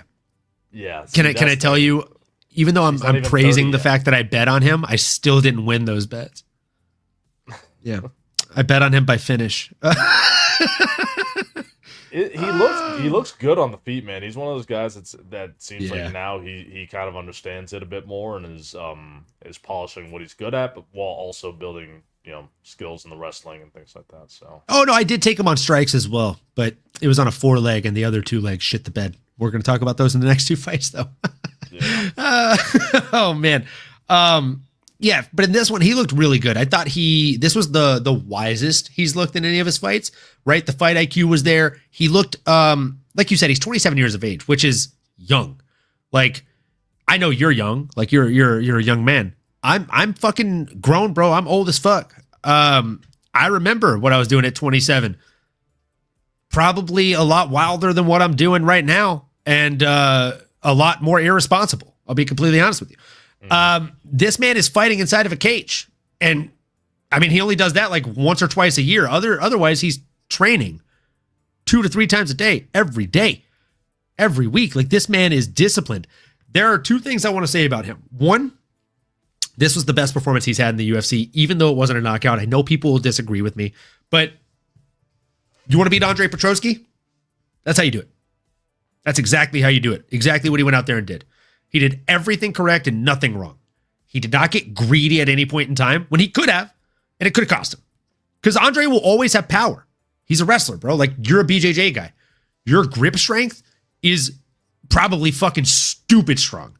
And your punch strength, if like, I don't know like how well versed you are in striking, but if you learned how to throw a proper punch, or even just a sloppy fucking like ducking overhand, because of the jiu-jitsu power that you have, you'd probably rock people, and you'd be like, oh shit, dope, not doing grappling anymore because this is way easier. In love with it. Yeah. Like, yeah, it's way easier. That's why I like grappling, or it's why I like striking, dude. Yeah. Like, you can become a striker in a year. You can't do that with grappling. It's gonna take you years to become a grappler. So that's the thing. And he always has the grappling as well. So he fought the perfect fight, I'd say. Did I have him in 2 out of 3 parlays that he was on by finish? Yeah. But he still hit the significant strike one for me, and that's nice. And that's not what it's about. It's not about the betting. We're not a betting show. First and foremost, we are an MMA show where we talk about the fights and we just enjoy the fights as fans. And I thoroughly enjoyed this one as a fan. I thought it was a fun fight. Again, I know people might disagree with me. I see you smirking. You might disagree with me too, but I don't. I thought this was one of the better fights on the main card. It was technical. It was so technical. Again, like this was so mumuch growth for Shabazian. Like, tell the people what stood out to you the most. I mean, he just looked good on the feet. He looked calm and patient. Wasn't overthrowing. So, and I think we've seen that in the past. Also, he just we've just seen him get overwhelmed. And it seemed like you said, it was the most wise he's looked, patient. And I don't hate patient if they're actually throwing. Do you know what I'm saying? Like, he looked calculated with what he was throwing. Similar to how Paul Craig had looked. You just see, when you see a fighter improve over, since their last fight, and they're doing that, you can tell they've made corrections. I enjoy those types of fights personally. But yeah, he looked good. I have a name that I would think would be a great fight for him next, but oh boy. Let's hear it. I think you should pair him and Bo Nickel next. I fucking love that. That's it. It allows Bo Nickel to fight somebody still skilled, but not throwing him into the fucking deep end again against a guy who was a double champion in another promotion. I think Edmund Shabazian kills Bo Nickel. He might, but it's also a way for Edmund Shabazian to get to like really derail upper echelon. Like, yeah. Like if he goes out there, I truly think he hits him with like a jab uppercut, just a quick. Yeah. And it's gonna be so bad. It's one of those fights. Do you see, Shabazian has a little more confidence after this one? Can he get a finish in the next fight? And it's for Bo Nickel to see if he's made any corrections since the RDR fight. Yeah, it's just a different bag of problems, man, because RDR has great top-tier grappling, but this Edmund guy is nasty on the feet. Firing body kicks at Bo Nickel after seeing that RDR fight. Dude, his body kicks are already disgusting. Seeing that that's an open target against Bo Nickel is like just money in the bank. Oh, and by the way, the other thing I wanted to mention about Edmund Shabazian, thank you for mentioning the body kicks. The man... Like, have you ever seen a person, and I say this with all due respect. I feel like Ricky Bobby. And remember, I am saying with all due respect. Okay, Cam? Have you ever just seen a person that, like, makes you feel uncomfortable? Yeah, plenty. I know that that's, like, a loaded question. But every time I see Edmund Shabazian, and again, with all due respect, his rib cage just makes me feel so uncomfortable. It points out, bro. Like, I know Audi belly buttons exist, but I didn't know that was a thing with rib cages. Yeah. His rib cage is built like the cockroaches from Men in Black, dude. I don't get it. Just wild. Built like I feel like if I literally watched that fight, and I kid you not, for the entirety of that fight, Cam, I probably told Mary 6 times in my intoxicated stupor, man, why do I feel like if I kicked that dude in the body, I'd get hurt? Feels like you'd get fucking just spike damage back in return. His shit points. It's so weird. Like, have you ever noticed that? Frame. He just has an odd frame. He's one of those people who kind of has like a short torso, but like that's why his rib cage is kind of more pronounced. But and I get it. Like, dude, I like the bird chest or whatever. Like, runs in our family. Like, if I flex, my upper half of my stomach comes out like 2 inches. Yeah. It's weird. So I get weird portion bodies, but the rib cage is just, I don't know. Like, yeah. should like, when USADA was in the house, did they ever check that? Like, is that a PED kind of thing? I don't understand. I don't know if it's a performance enhancer or not. I feel like it's kind of like in an RPG when you add poison damage or something. You know what I mean? Like, you throw a kick to that, it's not going to feel good for you. You got to kick him underneath the ribs. Teep kicks only, like, again, that's taken away a little bit of the arsenal there, because I like to kick the low ribs and try and break those sons of guns. Speaking of kicks, shout out, kick him in the head. What up, Keith? How we doing, brother? Hope you're having a great Sunday. Always glad to see you in the chat. And man, let us know how you felt about these fights. What do you think should be next for Edmund, the Golden Boy Shabazian? I'm with you. I'm with you here, Cam. I think he should be going against the UFC Golden Boy, Bo Nickel, and dethroning him. Fun narrative. Either I'll throw one other one out here, and it's going to be a twofer, a menage a trois, if you will. So you said Edmund Shabazian versus Bo Nickel. And I love that. I really do. The only other name that I have on the tip of my tongue is Edmund Shabazian versus Joe Pyfer. And if we get neither of those, might I throw a third name in the pot? It's why I said Menage a Trois. Or a third matchup in the pot. Bo Nickel versus Joe Pyfer. Yeah. It'd be like when you play a video game and you choose the same character and they just wear different shorts. Yeah.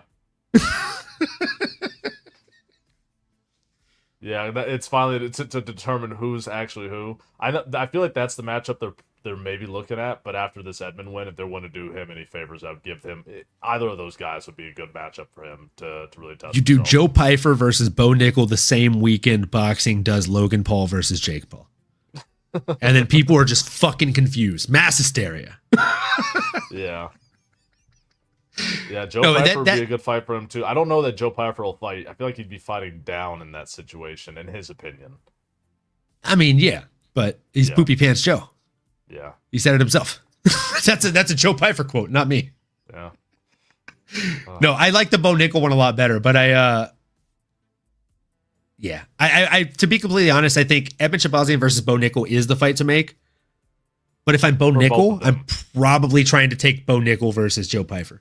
Because I think I can manipulate Joe Pyfer and it's an easier fight. Yeah. Like Joe Pyfer has more power but less skill, if that makes sense. Yeah. Shabazian's way more well-rounded. Shabazian is so skilled. I think I don't want to say like the untrained eye or like the average MMA, like the casual, but I genuinely think like the casual fan doesn't understand how skilled he is and how impressive what he did out there against a high-level grappler like Andre Petroski was on Saturday. Yeah, to get in the UFC as early as he did, and they just like he didn't always perform badly against the top competition. They not at all threw him in too early. Like he was just getting brutalized by. He was 23 years old, fighting top 15 fucking opposition, bro. What are you doing to this child? did he ever fight Jared Cannonier, or was it? Am I thinking of Brunson that he fought, where he just got kind of destroyed? It was one where Brunson? he was just getting mauled on the ground with elbows. He fought fucking Nasruddin in 2021. Yeah. Like he fought Jack Hermanson before that. Like, what are they doing? Yeah. They did not. Oh yeah, and the Derek Brunson fight was before any of those, by the way. Yeah, Floppy Hernandez in 2023. So they gave him Derek Brunson in 2020. After he lost that one, they're like, all right, we'll give you Jack the Joker Hermanson. Yeah. And then he loses that one. And then they're like, all right, we'll go ahead and give you this up and comer Nasruddin. Yeah. What in the actual fuck, dude? They hate this guy. Dana, please, Dana, tell me. Did he like pirate a pay-per-view? What did Edmund Shabazian do? I need to understand why you hate him so much. Because I don't understand. He gets one win against, I don't even know how to fucking say this guy's name, in 2022. And then they give him Anthony Hernandez immediately. Oh, Doka Langiambula? Yeah. Yeah. Then they give him Anthony Hernandez after that win. They're like, all right, here's another guy who's just going to smother you to Doka death, Langiambula. Nickname champion. I'm literally going to go off memory here. I think he may have made his debut against Uriah Hall. Ouch. Hold on. I have to look it up to see how wrong I was.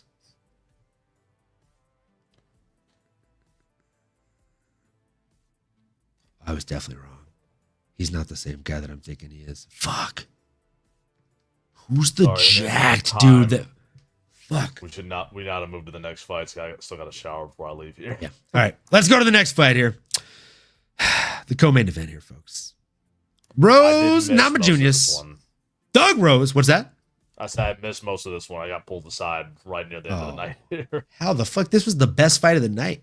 I know. It was a lot of back and forth. I was trying to watch it through the reflection of the mirror, but I got pulled into my kitchen. If there's one fight I can advise you to go back and rewatch, it's probably this one, because this should have won fight of the night, in my opinion. Rose Namajunas versus Miranda Maverick.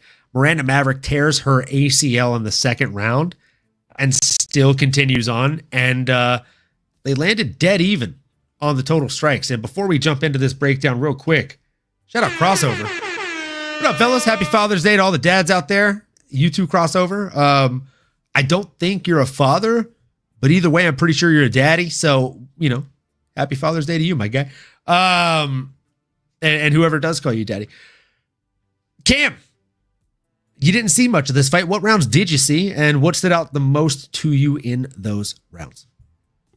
Yeah, I'm trying to think. I know that on the grappling, they were kind of going back and forth based on the little bits that I was checking in and out of. So that was, I think some people expected Miranda Maverick to be able to maul Rose, and it just didn't happen. It was Rose. I didn't expect her to maul Rose. Okay, I don't know if you're like some. I was like, I don't know if you're like tongue in cheek taking a little stab here, bro. There were some people that were no. There were some people that were definitely saying though that I think among like MMA journalism in general that they thought Miranda would have the grappling edge and will be able to overwhelm Rose. And Rose just proves time and time again that that's not the case. You see her against people that can grapple the shit out of her, and she always somehow surprises you with how good her grappling actually is. She's good off her back too. So yeah, I saw a few of the grappling exchanges, and I know there was one point where Miranda Maverick I think had her back, but couldn't get anything there. Rose was able to defend well and get out. And what's crazy enough is Miranda Maverick did not get a single takedown recorded in that fight. She swept twice after Rose got 2 takedowns, which was interesting. Rose got 2 of 4 takedowns. Miranda got 0 for 2. And man, Miranda outlanded her on total strikes. They landed the same number of significant strikes. Rose did fuck all with the control time that she had.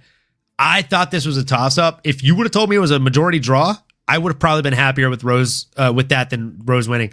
Rob Rex saying, what stood out to me is that Rose won't ever win a belt again. It was a good fight, but I think she gets tore up nowadays by the upper-ranked women. You know what, Rob Rex? I am going to agree and disagree with you. I think she never wins a belt in flyweight. But if she dropped down and just decided to hire a new nutritionist and go back down to 115, world breaker. She's a fucking world breaker at 115. The girls at 125 are simply too big for her. It's like, I hate to be the bearer of bad news, but Rob Rex is right, folks. If you're a Thug Rose fan like myself, like who didn't love when DC was like, Thug Rose! Like everybody loved that shit. It was fantastic. But we're never going to hear that again unless she goes back down to 115. This was a nice showing for her, but it was not a great showing for her. It was not a world-breaking showing for her. Like, I don't know, what like, do you have a name on the tip of your tongue for what even should be next for her at 125? Or do we just want to see her drop back down? Drop back down to 115. Fight a Tatiana Suarez or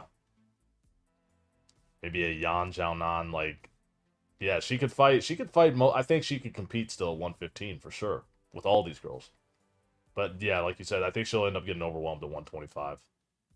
Like, she drops down to 115. You match her up against Tatiana Suarez. After she whoops Tatiana Suarez, you give her a title fight. Yeah, that's it's really literally that easy. Because I'm sorry. Yeah, she fights an Alexa Grasso or even a Blanchfield. I don't know. She might be able to compete with Blanchfield, maybe. The worst case scenario is they give her to an actual young, hungry up and comer. Yeah. Like I don't know. Call me crazy here, Cam. But maybe a Jasmine. Yes, it I feel like she probably fucking wrecks her, kid. Like, come on. Yeah. At 125, I think she's gonna get outside. Like, Jasmine's too big and too strong for her. I think she does bad things to Rose. But that's realistically where they are in the rankings for 125. That's probably who they would put against her next. That's my point. Like that, I went back and forth on the names, and I was like, okay, cool. Maybe we pair them up against Jasmine.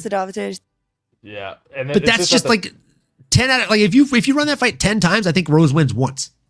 Yeah. And I don't want to see her fight someone like a Natalia Silva at any point, because I think the speed differential would be shocking for some people. That ruins the one good thing she's got. Yeah. Oh my goodness, we got a real legend in the chat here. What up, Sav? Who the fuck is this guy? This is the co-host here. This is the new co-host. He's a mainstay. No, he's here for today. He's the homie. I drove to LA, remember, a few weeks ago, watched the fights with one of my homies. This is him. This is the guy. He's one of my homies. Cam! Make sure you drop a sub or a follow on his Insta at Cam F Jackson. The F stands for fucking. You know what I'm saying? Cam fucking Jackson. What's up? My cholesterol, my heart rate. Well, definitely last night my heart rate was up. Prelims were fire. Main card was a snoozer. That's a fact. Rose killed me with that win. Me too, bud. Me too. I had Maverick on this one. I mean, come on, dude. Like, I was hoping Maverick would be able to get it done. I thought Maverick would be able to get it done. And you can't say Maverick 10 times in a show without.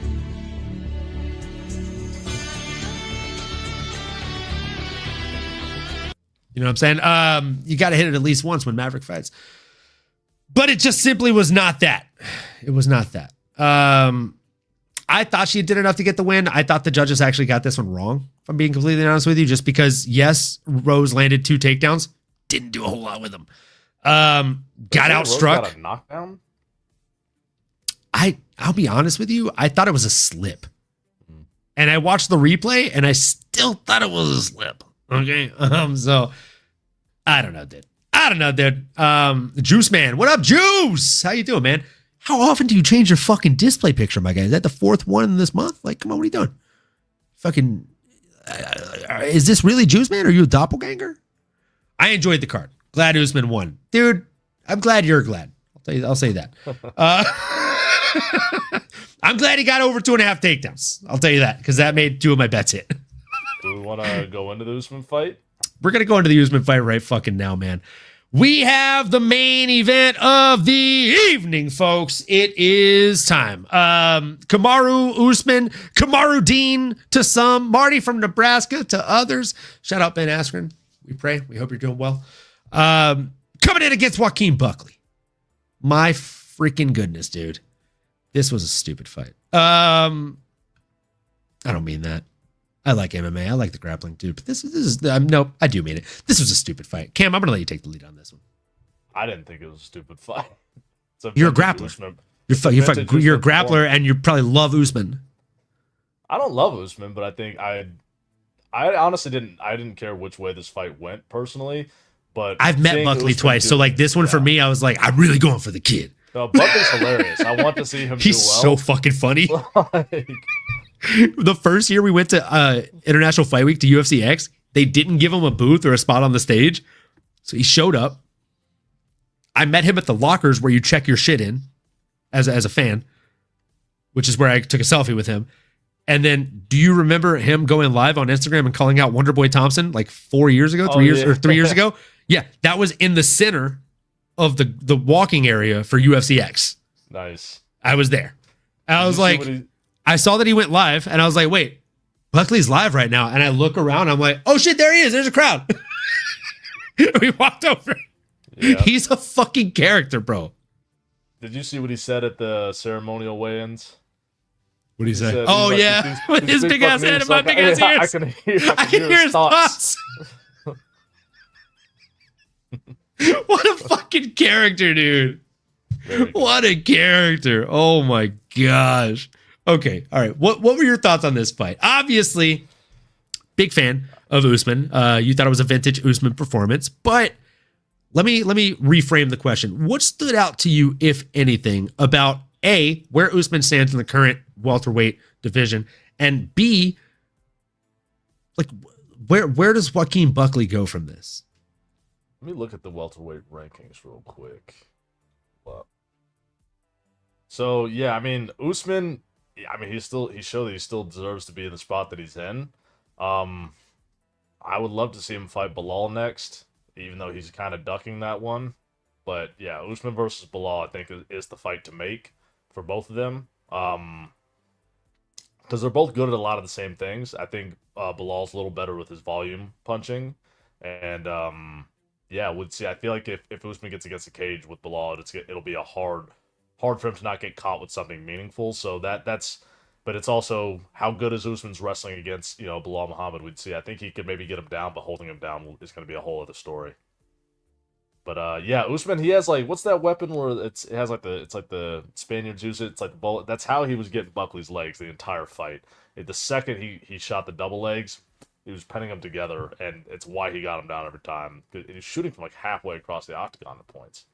But yeah, Buckley I think a big takeaway is for Buckley, it doesn't shoot his stock super far down. He showed that he could go for 5 rounds. Are you talking about the bolas, like the old school 60s Batman would use? Yeah. That's what Usman is doing to his legs. I was like racking my brain. I was like, hold on. He said he's got that one weapon. Yeah, it's the bolas, dude. The boladeros. Something like that. Is it boladeros? Yeah. That was what he was doing to his legs, though. He was wrapping them up. The two big, heavy weighted balls in the string between them. Yeah. It's Dude, that's such a vintage callback. He's got the bolas. He just wraps them around. That's funny as fuck, bro. But I think Buckley looked dangerous all the way through that 5th round. That's a big takeaway, is that the dude's cardio held up the whole way. He didn't look tired. For him, I think it's work on grappling, address a couple takedown defense issues, and he's still right there in that top 10. It's like a motherfucker of a fight for anybody. I completely agree. I think Bilal is definitely like tough for anybody in the world, and so is Kamaru. Like they both have very specific skill sets that they bring to the table, very specific kind of grappling superpowers, if you will, that they bring to the table. And in this one, I mean, it's tough. Like I think it's interesting that Kamaru played the humble card for 4 years, and now that he gets a win for the first time in 4 years, he's like, who's Bilal? Who's that? Like he goes right back to that cocky, kind of arrogant persona that we saw that a lot of people didn't like, myself included. Yeah. He did go out there and outland his opponent almost 3-1, but in terms of significant strikes, he still got outlanded. That's an interesting stat. No, like as far as the more meaningful hits, you could tell sometimes when Buckley was catching him with stuff, and you're like, I was like, if he gets hit with 2 or 3, it's gonna be like, oh boy, he's in danger. Problem. That was why I said that the 5th round, I was like, this isn't over. Like, no, I was like, because especially when Buckley started stuffing the takedowns in the 5th, I was like, do not get put up against the cage, because he is going to fire off a combination that could really sleep. Like there's a couple, and you could tell he was getting stung at points by on the edge of punches. Where Usman was kind of you could see it was the same thing you saw in the early Colby fights. When he gets stung, it's so obvious that he kind of like sits for a second, and you can tell he's not. It's like flash knockouts in a way almost, but even quicker. He just needs a second to get back in that right headspace. Like he's got to it's like a hard reset for a computer. A name that Usman brought up is Sean Brady, and I'm gonna say I think that is a bad fight for him personally. Terrible fight. I think. Stylistically, I don't know. I think Sean Brady, he's not going to be able to keep Sean Brady down or hold him. And I think on the striking, Sean Brady might do some bad things to him personally, just from my point of view. I think Sean Brady and Bilal Muhammad are the 2 worst matchups that he could possibly get in the entire. They're the only ones he can get, though. He's not going to fight Leon a 3rd time. So he has to fight one of them, and I think Bilal would maybe be probably the bigger fight where they could probably get bigger money, and there's just more around it. Yeah, but that's the thing is, he could end up being a Robert Whitaker for like how Robert Whitaker was. The gatekeeper. Just like Keith is saying here, he could end up being that. But I mean, he agrees with us. Like Usman versus Bilal is the fight to make, right? Like I agree. Yeah. This is definitely the fight to make because, look, make no mistake about it. He looks good. He landed 4 of 13 attempted takedowns. I had him on the over 2.5 takedowns. So if you're wondering, that cashed. Again, kind of felt like easy money on this one. So I put this on a 2-leg parlay for a, what was it here? Was it a 2x payout or a 3x payout? It was a 2x payout. Put 2 units on this one, actually. I was confident.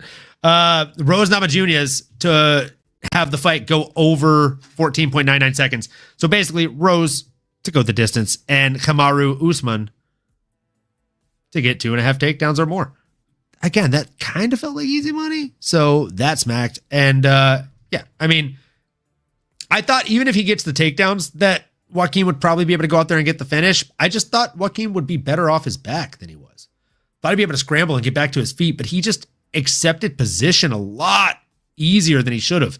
He really should have worked a lot more to get to his feet and been a lot more urgent with the attempts to get back to his feet. Well, it's like Jack versus Bilal. It's you could tell it's the second Jack was getting taken down on this fight, he's already looking at how am I gonna land, but the problem was every time Usman got Buckley down, he was letting his legs get wrapped up and getting put up against the cage, so he just lost all space. And it's like not attempting to do butterflies, not trying to get underhooks whenever they were in the clinch. Like he did a lot of things wrong when you're wrestling against those dudes, like it is literally a game of like millimeters at that point. Yeah. It's not even a game of inches anymore. Like you have to use every bit of space the second someone like a Kamaru Usman gets you down, because the top pressure, he's gonna hold you there. He held Leon Edwards, he held down for fucking 5 rounds. Like, and like you just said, it's a game of millimeters, not a not a game of yards or like anything like that. Like in a game of millimeters, you give up a yard, it goes from a fightable situation to you being a man in the middle of the fucking jungle in quicksand.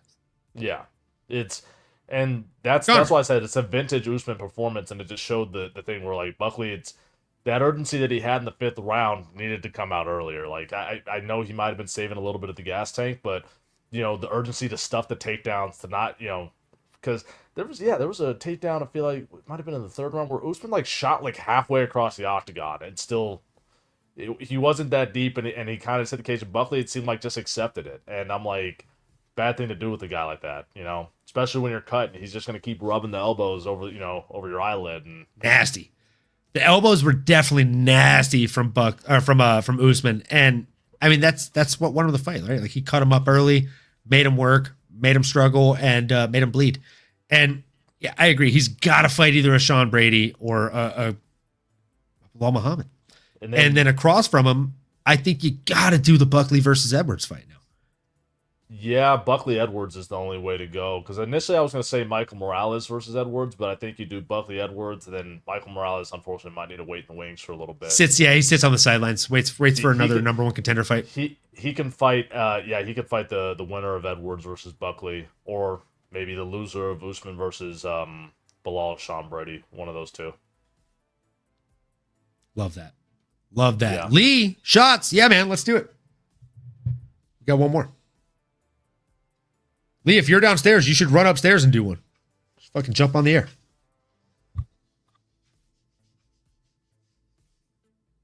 Should I wait on this guy? We'll call it an episode. Yeah, let's see if he's on his way up. Man, next week is actually a pretty solid fucking card before 317. I'm excited for next week. Jamal Hill, Khalil, that's a fun one. A more competitive fight than people think it's going to be. Same with Ignacio versus Fiziev. I don't understand the line on that one. I didn't even know. That one's going to be fun. That's the one I didn't even know was like booked until so weird. Super last minute. It's such a weirdly exciting fight. Let's go. What's up, dude? Let me What's up, scoot over a little. I'm already up against that. How's that arm healing up, brother? No, you're good. You're good. You can sit right here. Do there. Okay. Got it. All right, there we go. What's up, dude? Yeah. Go. Cheers to everybody. Let's go. Sorry, I'm not drinking right now. Don't be. Oh my God. You all right? I wasn't ready for that one. Take a shot up there.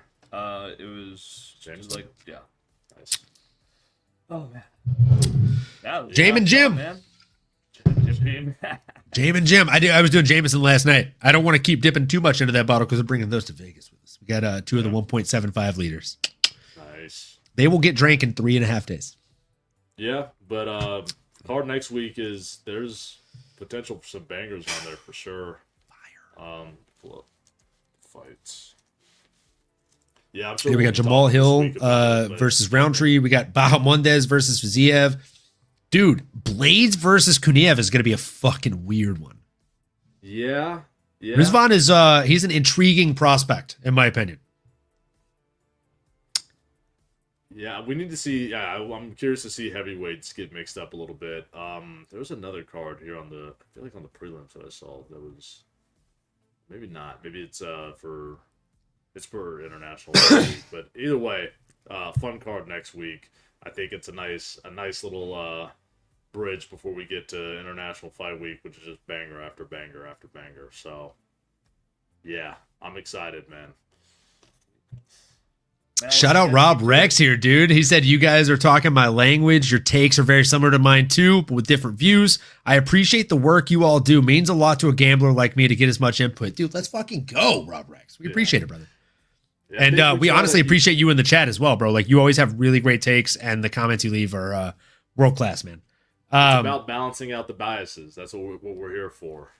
It's tough, that's why we call it no filter. But man, I try to keep it unbiased and unfiltered. And speaking of unfiltered, this card next week, the last thing I got to ask you.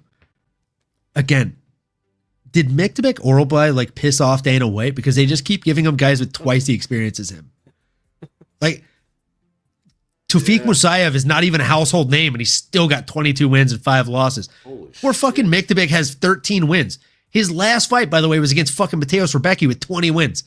Like, I don't understand. It was a brutal watch, man. They were just like going back and forth. Yeah, I will never refer to him as Oralby again after that one. He is now Waralby. That motherfucker went to war, bro. Maybe that's why they're like, he'll fight. He'll fight anybody. Fuck it. I mean, yeah. The Nazim Zadikov one is another really fun one. Nazim Zadikov and Muhammad Naimov. Yeah, Naimov is a good one. Oh, fuck. Mary's cousin has Naimov in her fucking fantasy league. God damn it. He's like 2 places behind me. That's this Roundtree versus Hill one is going to be interesting though, because Hill's length could like Hill's clean sometimes. Like that's the thing is his striking like seems off at points, but then you're like then he'll just land something. You're like, holy shit! And there's a lot of consequence on the end of those strikes. Like he throws with venomous intent. Yeah, and that's the thing is it's going to be, I think that fight can end either way in the pocket, and I think that's where it will end. So one of them might get slept in the pocket when the boxing gets tight and close, and yeah, it's going to be interesting to see. I think Roundtree's going to have to come out with the leg kicks early to slow Hill, to try to get Hill to stay stationary, and then just kind of work around him. But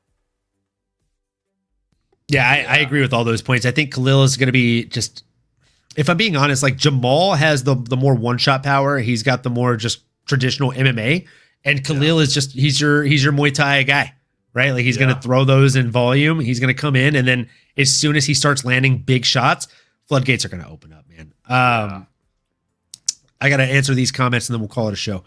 Advice on how to keep going on a bad weekend, LOL. I was so close to my biggest one, and Buckley has to sell me, LOL. On a pretty bad 3 UFC card, or a pretty bad streak, 3 UFC cards down, but so close to hitting bombs every time. Do you limit your weekly spending in cards, or just put money where it feels right? I kind of just wing it, LOL. I've been parlaying only a year. Do you have some type of structure? So for me, I've been betting on UFC for the last, I don't know, probably like 4 or 5 years now. Not like significantly. I do it with very small numbers here. And that's why we use the terms of units, because we don't want to make anybody feel like, oh, they're not betting enough, or, oh, they're betting too much. Like, if your units are $1, dope. If your units are $5, dope. If your units are 50, dope. 100, dope. I don't care what your unit of betting is. I care that if you're betting with what you can afford to lose. So if you bet $100 on any given fight weekend, if you're betting $100, make sure that you can afford to lose $100 and not cry about it, not lose sleep over it, not feel bad about it, right? And if you're betting that $100, I'm not telling you to just go burn money, right? Burn money on things that you think are going to burn bright, right? Pick things that you feel confident in. And if I had to give you advice on this one mainly, Rob Rex, so advice on how to keep going after 3 bad UFC cards down, and you specifically said you're so close to hitting bombs every time.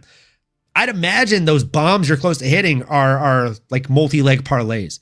So what I've started doing specifically, and I used to be bad about doing large leg parlays, so like 4, 5, 6, 7, 8 leg parlays.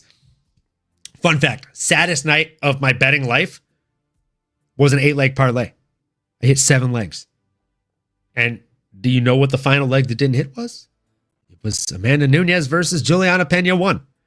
Bet on Amanda Nunes. My significant other looked at me after the 7th leg hit, and she's like, you are way hyped up. What is happening right now? And I'm like, I just hit leg 7 of an 8 leg parlay. And she's like, what are the stakes? And I told her, and she's like, oh my God, that's a house. Or that's a down payment on a house in California. And she asked what the final leg was. And I told her, Amanda Nunes. And she said, oh my God, easy money. And I'm pretty sure we both cried that night because Amanda Nunes got knocked the fuck out. So what I would say to you, all that to say, 1, hedge your bets, right?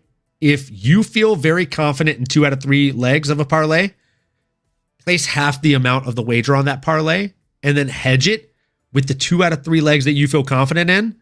by themselves, or the 2 out of 3 legs that you feel confident in, and the opposing leg of what you placed on the other side. You're guaranteed to hit that time. Okay.